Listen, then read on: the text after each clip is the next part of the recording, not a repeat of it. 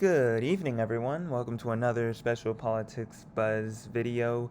Today is Tuesday, October 19th, 2021, and today we're going to be looking over the 2020 presidential elections that I had for May 25th and May 26th. We're going to be looking over the 2020 presidential election results, and then we're going to be looking more into the modern, what's going on today, being redistricting, currently President Biden's approval rating, the gubernatorial races of the 2021 races, and pretty much that should be all for today in this video.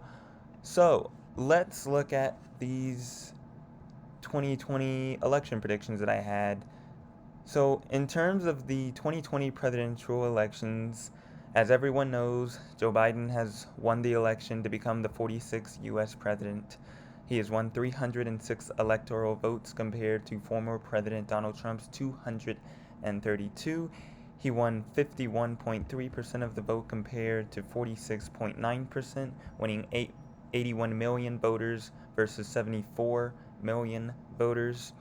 In terms of the way that Biden has flipped his states, he's flipped states such as Arizona, Georgia, Pennsylvania, Michigan, and Wisconsin being the 5 states, I believe, if you count them all up.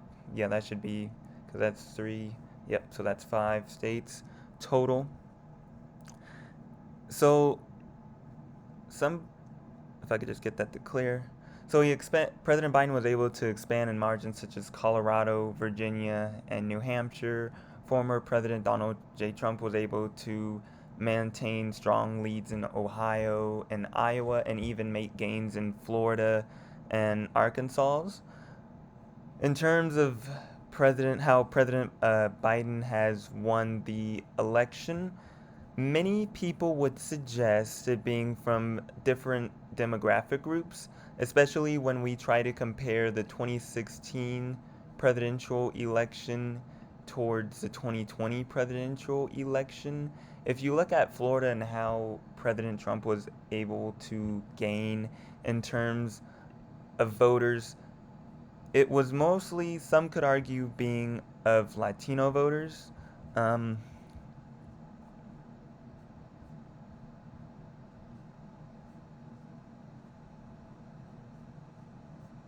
Just finding it. Here we are.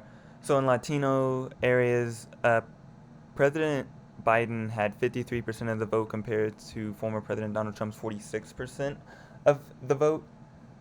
When coming to Florida in the 2016 election towards the Latino voters, they actually trended more to the left than they did in 2020, surprisingly. I'm just trying to find the demographic groups. We have the gender, party ID. Just gonna look at all. Yep. So Hillary Clinton was able to garner 62% of the vote compared to former President Donald Trump's 36, I believe. Yeah, 35 actually. And so former President Trump was able to garner 46% of the vote to 53%, which is a significant gain to Latinos, especially, some would argue, especially with Cuban voters more in the United States, in terms of how President Trump was able to expand his margins. It definitely hurt in Miami-Dade, where Biden was only able to get 53.4% of the vote compared to Trump gaining 46.1%. That is definitely a significant gain compared to 2016.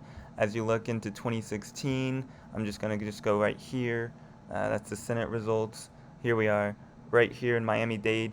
Clinton garnered 63.7% to 34.1%, which definitely significantly hurt former President which definitely significantly hurt now President Joe Biden in terms of winning the state of Florida. As surprisingly, actually, Biden actually did better in Duval County than he did in Miami-Dade. Clinton garnered only 47.5% to Trump's 48.9%, but then when you come here, Biden actually won Duval County by 51.2% to 47.2%. And this could be mostly thanks due to the suburban voters that turned out in 2018 for the Democrats and then turned out again in 2020 for the Democrats again, which not only helped Joe Biden win the presidency, it also had it not been for the suburban voters, arguably the House could have been lost to the Democrats. Thankfully, the Democrats were able to hold on to the amount of seats in the 2020 election, but however, they lost 14 seats as the Republicans gained 15 seats. Arguably, had Donald Trump actually won the 2020 election, it could be argued that the Republicans could have easily retook control of the House and kept control of the Senate. In terms of how these margins went, New Mexico's 2nd District flipped 53.7% to 46.3%. In Minnesota 7th, this rural area, Peterson used to win very well in the early Obama years and so on. It was quite amazing how he was able to win in this district, actually, because it's more of a rural district, but surprisingly, the Republican was able to win by 53.4% compared to him at 39.9%. They were able also to make gains in California, 50.4 to 49.6, and also even New York at the Republican nominee 48.8 and 48.8, as well as Iowa as well. This was the most competitive district, Miller Meeks versus Hart, at 50% to 50%, decided by literally, I believe, less than 6 votes, I believe. I could be wrong on that. However, I believe that's the calculation so far. In terms of Florida, they also were able to gain in 51.7 to 48.3 against the Democratic incumbent as well. So they definitely were able to win mostly based off of suburban voters in terms of retaining the House of Representatives and also being able to win in the presidency as well. We could even look at the margins. Just give me 1 second as I try to find here we are. The margins of how Biden won. Georgia by 0.23% at 49.47% to 49.24%. Pennsylvania by 1.2, 50% to 48.8%. Michigan 2.8, 50.62%, 47.84%. Wisconsin at 0.63%, 49.45%, 48.82%. I think Wisconsin's very important to note. As Wisconsin, some people would say that Wisconsin under the Obama years was moreover solidly more to the Obama coalition at 6.9% to 13.9%. However, it's very important to note that Obama was a different candidate. He wasn't like every other Democratic candidate. Most Democratic candidates struggled to gain Wisconsin, for example, with Kerry only garnering 0.38% in 2004, as well as Al Gore at only winning by 0.22%. So if anything, Biden was able to improve his margin in Wisconsin than Kerry and Gore in terms of winning the marginal vote count. However, Wisconsin was not always the blue wall, as some would call it, as people thought it was. It was definitely a competitive state. It just always trended more to the left in terms of more of the 21st century, I guess you could argue, because the Democrats weren't solidly towards winning Wisconsin. It was mostly Obama that made Wisconsin look more to the left than it actually was. And in Colorado, Biden was even able to expand in Colorado by 13.5% compared to Clinton at 4.9%. And Arizona, 0.3%, 49.36%. Nevada stayed the same at 2.4%. If you also look, it was the exact same margin from 2016, but Biden gained 50.06% versus Clinton's 47.92%. But I think that's very interesting, as it still tells that Nevada is still a competitive state. North Carolina went to Donald Trump by 1.3% at 49.93 to 48.59%. So North Carolina is also more into that I'm a competitive state type of characteristic.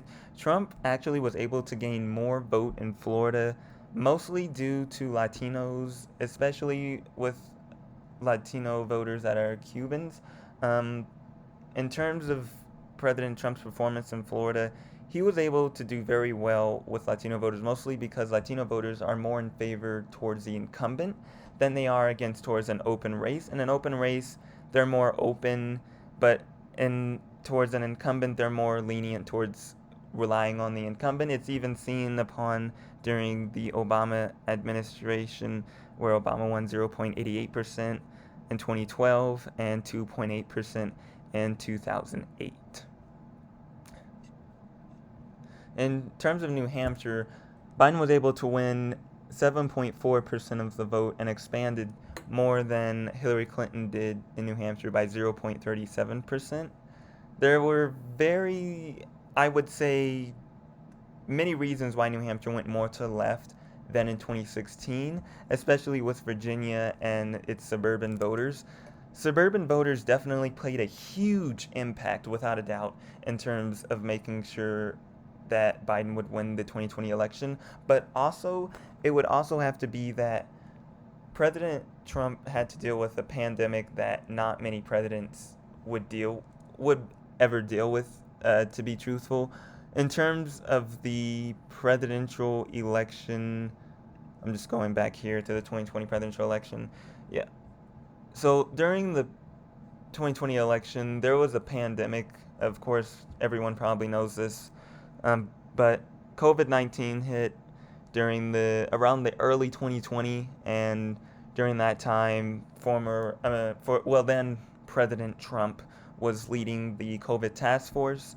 His approval rating was going up, same as the governors in every state. However, it started to decline as more and more people were looking at his decisions and how he was basing upon them in terms of the COVID task force. As days progressed, his approval ratings went from going from increasing to going back down to decreasing. In terms of his approval rating, I could even try to find it here. Just give me 1 second. Nope, this is President Biden's. That's redistricting. Here we go. Nope, this is George's. Just give me 1 second. I believe this is the one. Yep, here we are. In terms of then President Trump's approval rating, we can go to January 2020, and then it hit around February, which was able to help right around March during COVID hit. It helped his approval rating significantly. COVID was able to help President Trump's approval rating significantly in terms of going increasing, because as you could tell, it was 42.6 to 53.1%, and then as COVID struck, it went to 45.8 to 49.7%. This arguably could have definitely been a easy re-election for then President Trump had COVID been more favorable towards him in terms of handling it, in terms of the American people's perspective towards it. But as things progressed, his approval ratings dwindled and went more and more all the way until around November. Yeah, he had a 44.6 to 52.6, going back to the 50s in terms of disapproval, which ultimately took a turn on his presidential election results. But there are also other people that also have calculated the 2020 presidential election behind Biden's 2020 victory. From Pew Research Center, arguing in terms of the Biden gains. They also agree with my characterization in suburban voters being his improvement towards Clinton's vote share at 45% to Clinton to 54% to Biden in 2020, and Trump's gains among Hispanic voters, which I argue helped him significantly in Florida in terms of Biden holding a majority of Hispanic voters in 2020. Trump made gains among this group overall. This wide educational divide among Hispanic voters, Trump did substantially better with those without a college degree than college degree voters at 41 to 30%. And Biden also made gains with men, while Trump improved among women, narrowing the gender gap as well. He also improved in terms of white non-college voters, and it was also one of the most high turnout elections in quite a while, actually, in terms of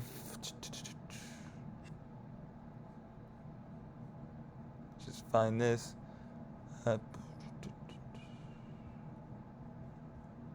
There we are. In terms of finding the presidential election results, The presidential election was mostly filled with, I would say, mail-in votes. A lot of time during the time, a lot of state legislatures were more open towards giving voters more options towards voting versus just going in person due to the COVID pandemic, and there was not a COVID shot yet during that time, which I also believe hurt Donald Trump as well, being that had he probably had a a COVID vaccine earlier during the 2020 election, he probably could have been able to prevail in the 2020 election. I think that also hurt President former President Trump during that time. Well, then current President Trump, but you know what I mean. In terms of my margins in terms of the presidential election, you could definitely tell I was more to the right in terms of May 25th than I was here on May 26th. In terms of the presidential elections, I had Texas both as a Republican characterization. I did not see Biden improving in Texas. However, he did improve significantly in the great state of Texas. He was able to improve in terms of more voters turning out more towards him, especially young and more suburban voters that turned out for Biden than normal, especially with the availability of mail-in votes. In terms of Florida, I had a tilt margin. I thought it could have gone either way.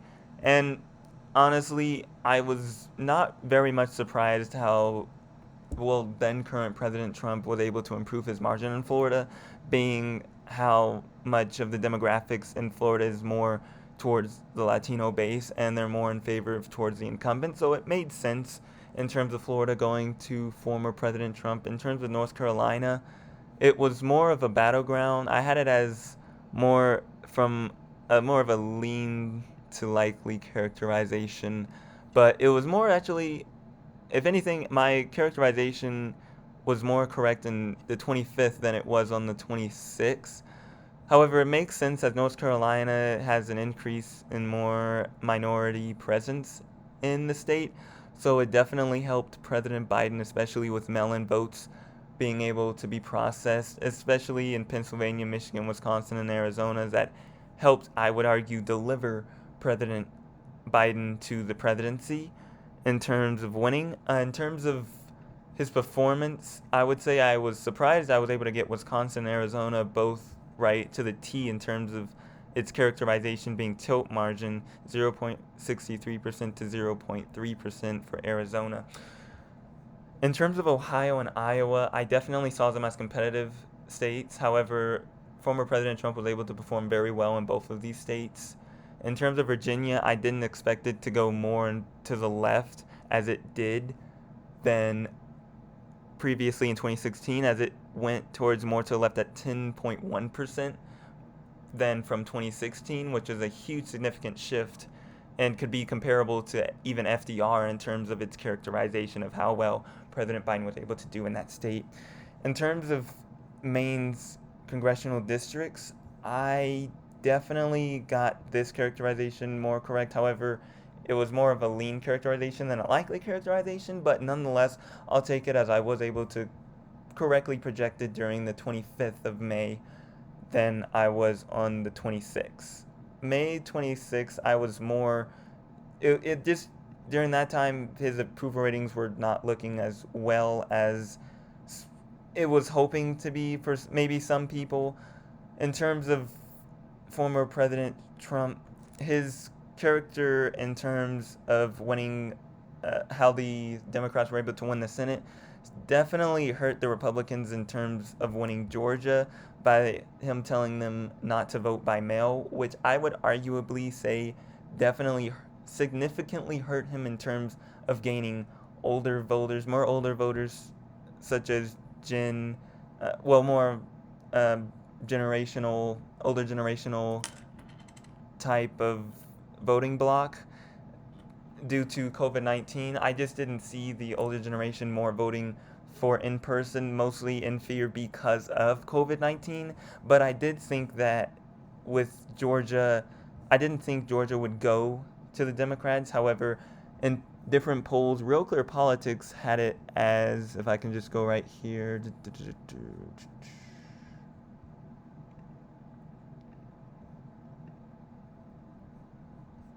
Yeah, Real Clear Politics had Georgia at Trump 1.0% by average. However, Biden was able to win by 0.3%. And although it was looking very tight in the race, I just did not see realistically Biden winning the state. I mean, even when coming towards, let me just find the, that's how popular, uh, yeah, the Georgia polls. In the 538 polls, they had Biden at 1.2%. So I would say 538 got it more accurate than Real Clear Politics in terms of polling. But in terms of polling, they definitely were predicting that Biden could definitely have won the state.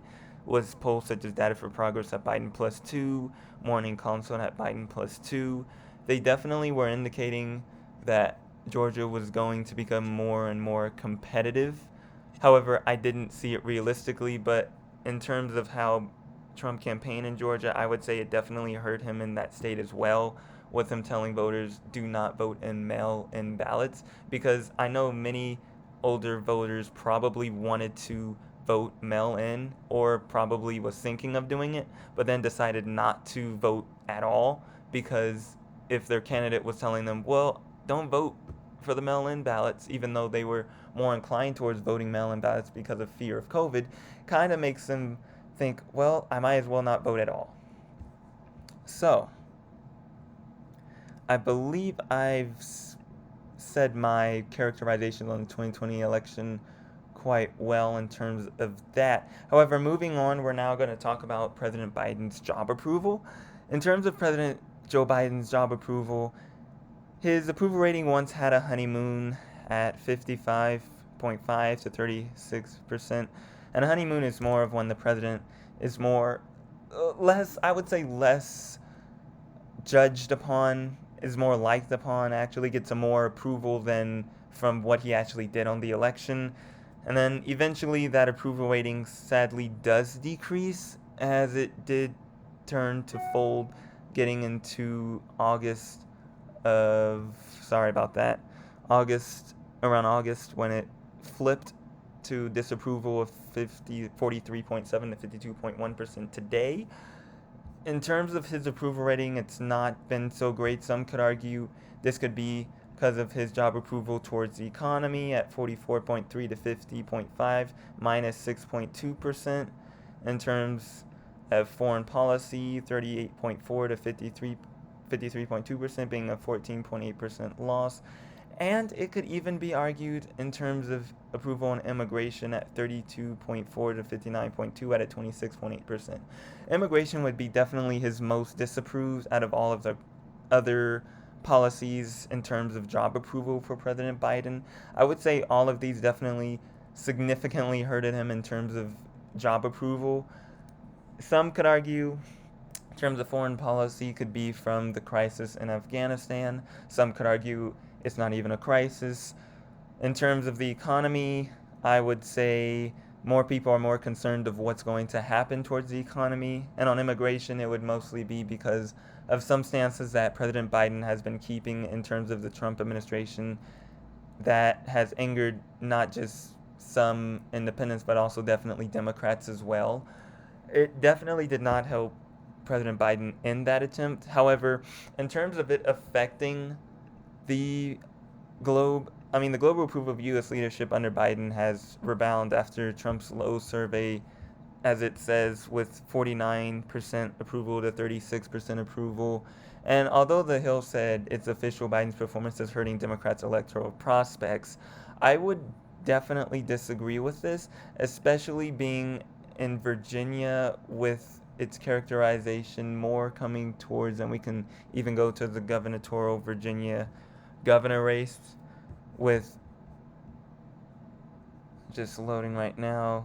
The general election being on November 2nd, 2020, at Terry McAuliffe versus Youngkin. I don't think that this approval rating is going to affect Terry McAuliffe in the election, especially seeing President Trump endorsing Youngkin more than twice. Definitely does not send a great message towards moderate independent voters that the GOP was trying to attract during this election. However, I do believe that Glenn Youngkin can still pull an upset in the election, but I'm not sure of how much. And I'm not sure if I can make a prediction on how much of a characterization Terry McAuliffe will win by. I just don't think that would be a great idea, because I probably will get it wrong in terms of doing that. But in terms of the gubernatorial election for Virginia, I honestly do think that Terry McAuliffe is definitely the favorite in terms of winning the election. I mean, the polls have it as a tight race for 51 to 46, 50 to 47, 49 to 45, and so forth as you go forward.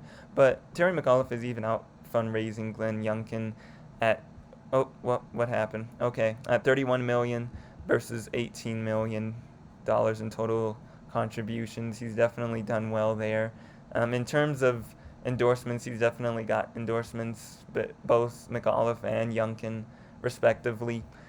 I and it also agrees with the Ballotpedia also agrees with me in terms of the ballot power index being a tool that factors in polling average from real RCP, Real Clear Politics, and prices are predicted to project the overall chances of the outcome of the election. In terms of the chart below, the Ballotpedia for Virginia's gubernatorial election between the major candidates.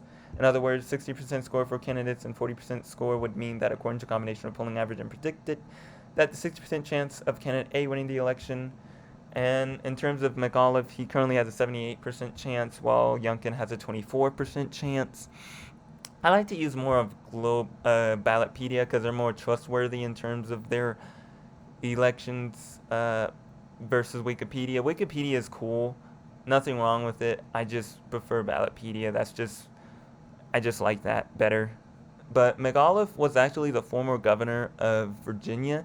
He actually was able to defy odds in 2013 election by winning 48% to 45%, and this could be mostly thanks to the North in Virginia being Fairfax County, London County. The northern counties of Virginia definitely took a toll to the Republicans, arguably since 2008, when Barack Obama was first able to win the state as a Democrat in quite some time at 52.7% to 46.4%. I think people forget that Virginia used to be a very solidly conservative state, but the problem was the candidates that it wanted was more moderate leaning.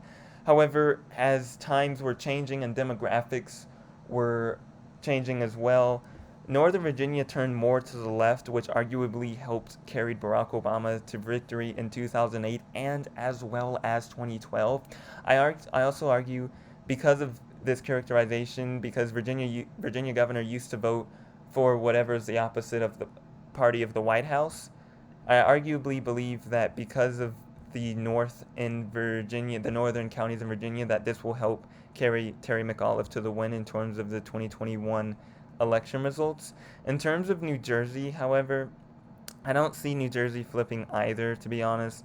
New Jersey, I just don't see it flipping to the Republicans at all, even in a potential upset.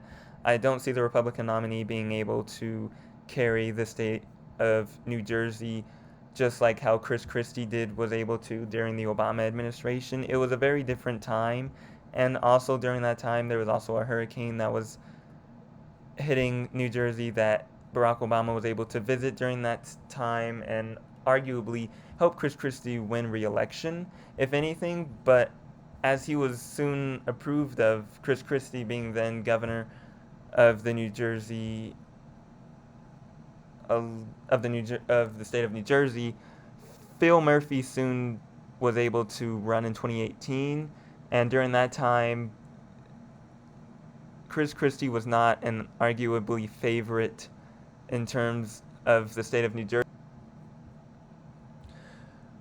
And arguably, that honestly hurt the GOP in terms of winning the governorship of New Jersey. I could even go all the way, back to 2017 during the off-year election, if it'll work. It may or may not, but Phil Murphy was able to win the state. Oh, there we go. Yeah.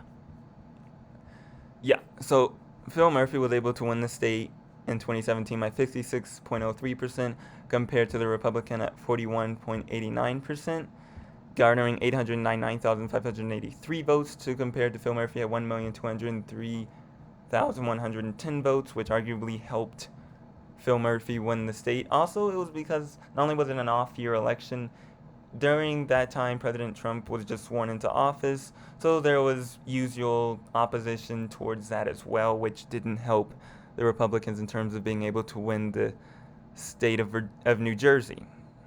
But in terms of polling, and as well as contributions, of course, the Democratic nominee, Phil Murphy, has definitely a significant margin towards the Republican nominee at 50% 41, 51 to 38, 43 to 41, 52 36, 48 43, and so on.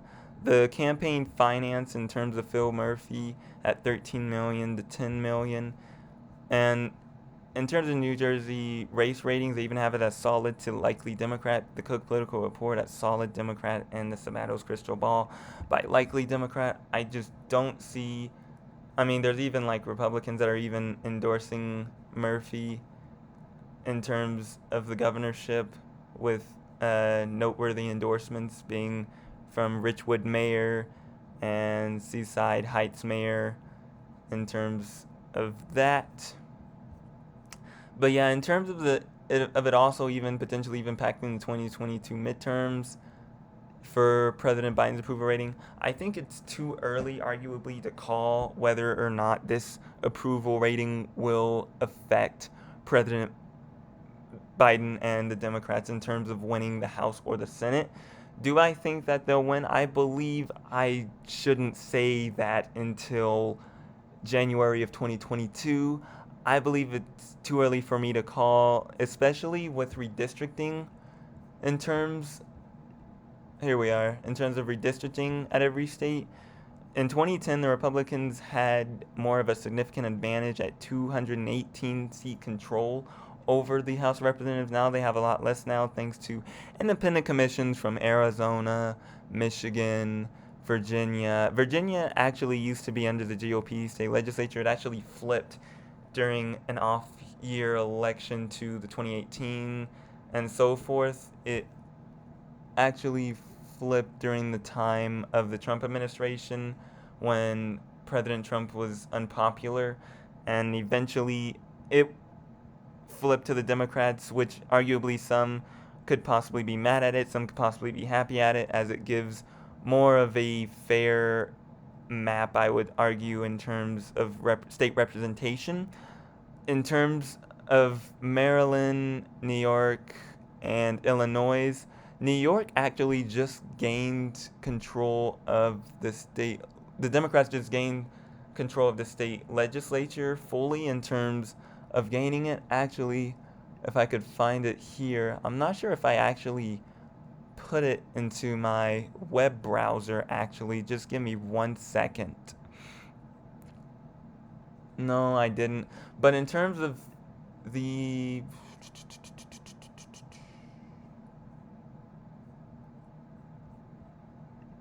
I'll just go to Ballotpedia and go to 2020 elections, state legislature.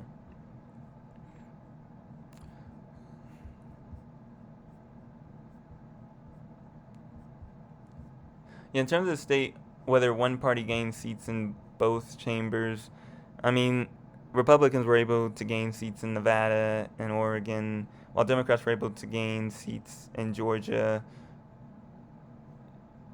and New York, Massachusetts, Connecticut.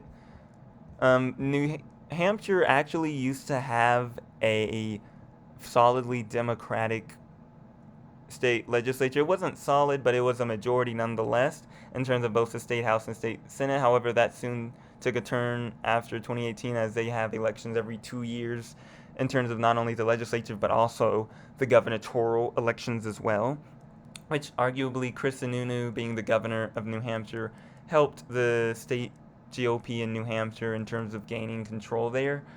And also, they now have total control in terms of how redistricting is in New Hampshire, which arguably could help make sure that they have a seat at the table in terms of a House seat.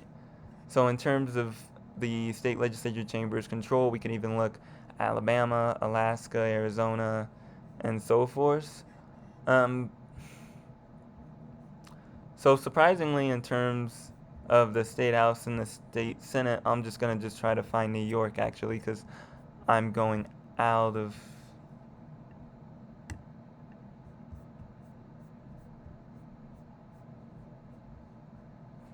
discussion. I'm just gonna just try to find it.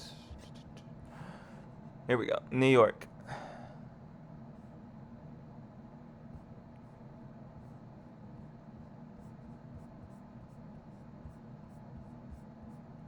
Yeah.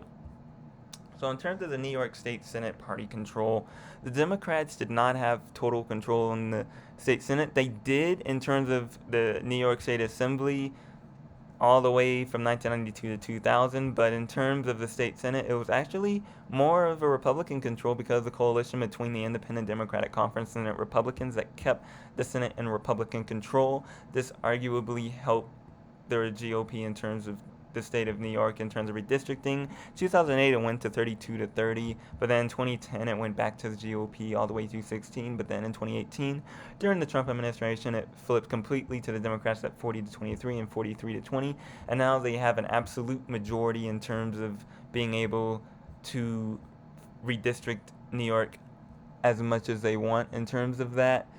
In terms of redistricting, Illinois also now has a Democratic state legislature with a Democratic governor. They did have a GOP governor and a GOP state legislature once, but now it's all flipped ever since the Trump administration. Actually, I could even go back to the state legislature and find the state of Illinois in terms of there.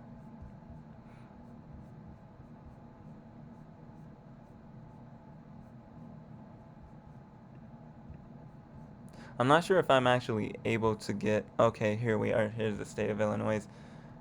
And let's see here.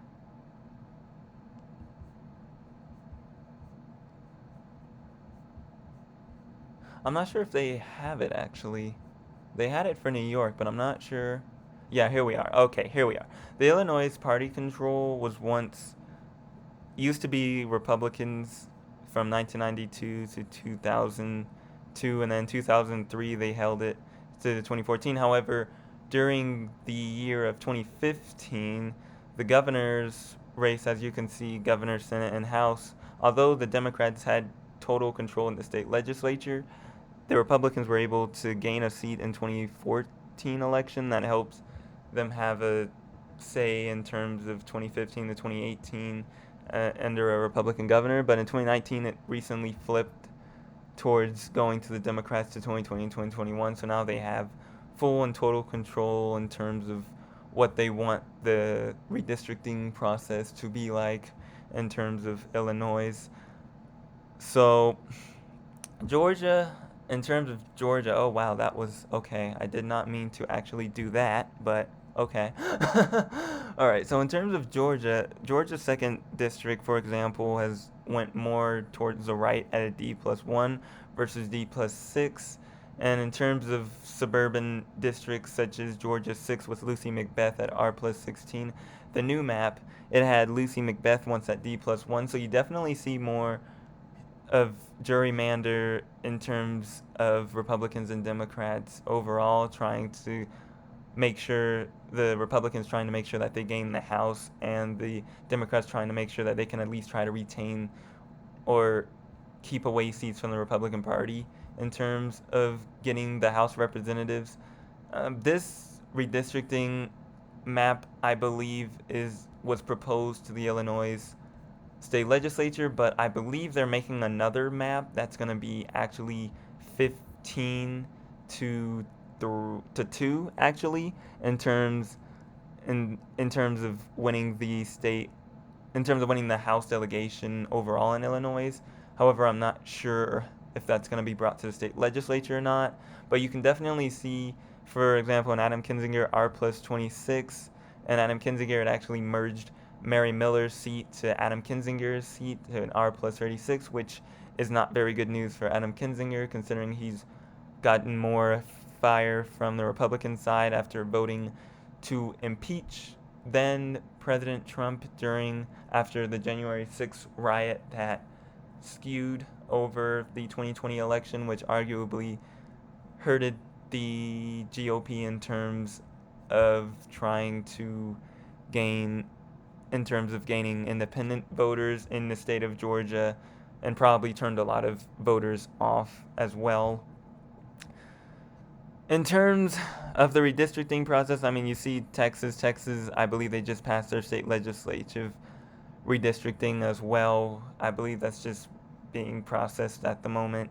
New York, I know they're trying to make it more democratic in terms of their way of redistricting. This is also why I don't want to call the 2022 election results. I want to see what happens when all of these seats are filled, and then get more of a determination of who do I think will be able to win the House or the Senate, or potentially even both, depending on Biden's approval rating.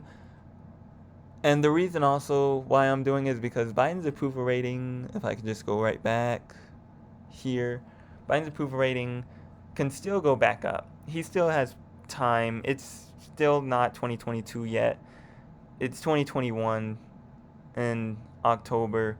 There's still plenty of time for President Biden to get back up in his approval rating. It all just depends on whether or not how much his agenda can get done. And some could arguably blame it on Senators Joe Manchin and Kyrsten Sinema. However, it all just really just depends on what the Senate and the Senate Democrats and the Senate Democrats and the House Democrats agree on, and see what happens from there. I know the government was avoided by a shutdown thanks to some Republican compromises there, but in terms of its compromising, I just still think that President Biden can still potentially go right back into the positives and go potentially back into like a 50% approval rating potentially. But I could be wrong. If his approval rating is likely to still remain where it is today, then I would be worried for the Democratic Party. Absolutely, especially in terms of the House. The House would potentially be in danger, absolutely, in terms of them trying to retain it. In terms of the Senate, that's a different story. If you look at the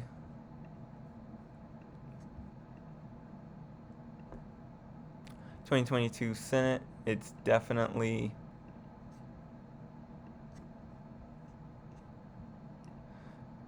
in terms of the Senate, you can definitely see, for example, like characterizations of like Illinois, Wisconsin, Ohio, Pennsylvania. The states that I believe in 2022 midterms that will be competitive will be Nevada, Arizona. I don't believe it'll be Colorado, as Colorado's trended way more to the left. Florida, Georgia, North Carolina, Pennsylvania, Ohio, and Wisconsin, as well as New Hampshire, depending on if Kristen Nunu runs in that seat. It all just depends. If Kristen Nunu is running, I can definitely see it as a very competitive toss-up type of Senate map. However, if he doesn't, I definitely see Hasen easily being able to win re-election there. As for Pennsylvania, Wisconsin all depends on if it's going to be an open seat or if Ron Johnson's going to run for re-election. And Pennsylvania is an open seat, so that can go to honestly anyone, even though Joe Biden was able to win the state by, I believe, 1%. Actually, let me just check on that. Yeah, 1.2%. And Georgia, with Raphael Warnock, especially with President Biden winning the state by just 0.23%, it's definitely anyone's race. And Arizona, Mark Kelly is definitely a strong candidate. However, I don't see Arizona going towards the GOP currently, but I could be wrong on that characterization. But I just don't want to make a prediction yet in terms of who do I think will win the elections. Ohio, North Carolina, I yeah, I'd rather just not say anything else. Otherwise, I'm just giving out my entire predictions in terms of what's going on. But yeah, so that's all that I have for today. Special Politics Buzz. Thanks for watching, and see you in my next video.